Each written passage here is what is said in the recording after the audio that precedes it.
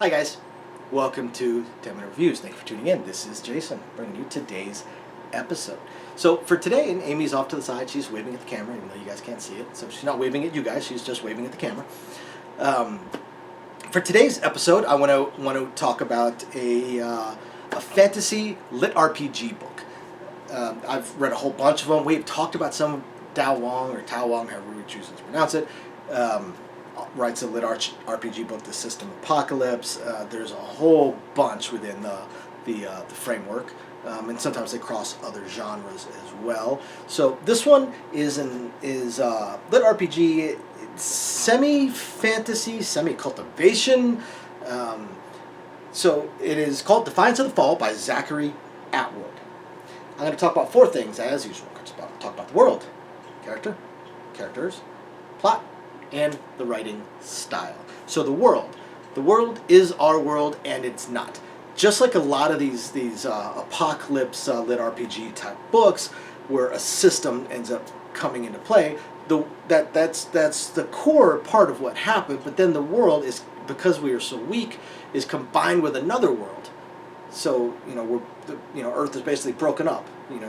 You could be living in New York, and your friends in Connecticut might be on a different continent that is 40,000 miles away, kind of thing. They don't actually know how big this world is yet, but it's big. It's very big. It's been combined with multiple worlds.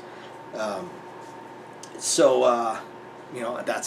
the world. Not much technology, because everything happened and destroyed most of society, plus the whole system thing. And when you get within the lit RPG framework, a lot of technology kind of goes away because of the character progression kind of stuff that is in lit RPG.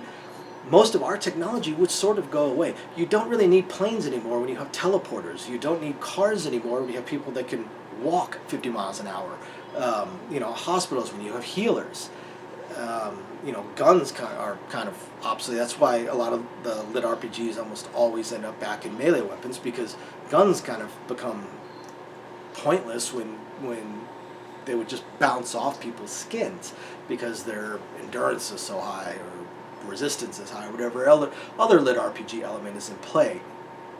The character, I find this funny since the author's name is Zachary Atwood, but the character's name is Zach. And he is interesting. They call him Defier, Defiance of the Fall, because as they start revealing later on in the series, throughout the system's history, there have been people that basically defied the system and caused changes within the system, how it works, major changes, and they're legendary figures. And Zach eventually starts to be shown as a little bit of a defier. He, unlike almost every other person in this world, is not a cultivator. He has absolutely zero ability to cultivate. He basically gets lucky. The system tries to kill him right at the beginning. And basically they try and have one of the beings that is coming to this world come to the world at the exact same spot that Zach is at. So therefore, one of them must die, kind of thing. And they roll dice. And the higher number wins. So Zach discovers he has a D10, and the other guy has a 1,000-sided die, or 100,000-sided die, or something along those lines. So obviously things are stacked against him. Now, of course, it'd be a very, very short book if he didn't win that, but that just sets the tone to how Zach's life is going to go. So he wins that, and of course, and from winning that, he technically is the one that killed this extremely powerful creature. So he gains some titles, he gains a bunch of abilities, and he was basically out camping. So when it comes to choosing a class, pretty much all he has nearby is an axe, a hatchet. So he becomes a hatchet man. And he's just, again, out in the middle of nowhere. And it turns out that the area he was camping, the part of the new world that he has ended up on, is a small island. It's an island populated with monsters. He is the only human being on this island. And again, he cannot cultivate, so he cannot grow in power the way most everybody else can. He can still gain levels and gain experience. So he starts farming, basically, the monsters, and gains experience. And then he discovers that Earth has to survive, or this new world, this combination world, has to survive incursions. Incursions, which are basically, it's almost like a video game, because again, lit RPG. They're basically towers that drop in, and other creatures from other worlds are invading, and they're extremely powerful. Now they have to operate under certain rules as well. So they're constrained by certain rules. But there happens to be an incursion of demons on this island where Zach is the only human being. So he's face to face with this incursion all by himself.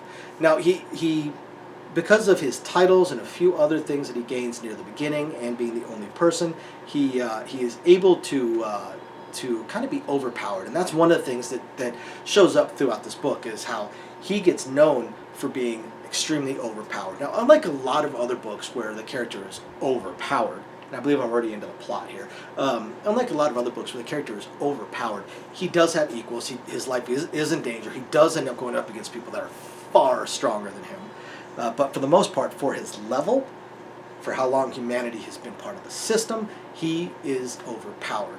He's also a little bit goofy, or some things happen that end up making things a little bit goofy for him. For instance, they have ladders, and worldwide ladders that show up, and the highest level, they have 1 through 100. You have the most money, the most Tao fragments, because that's where the cultivation comes into play.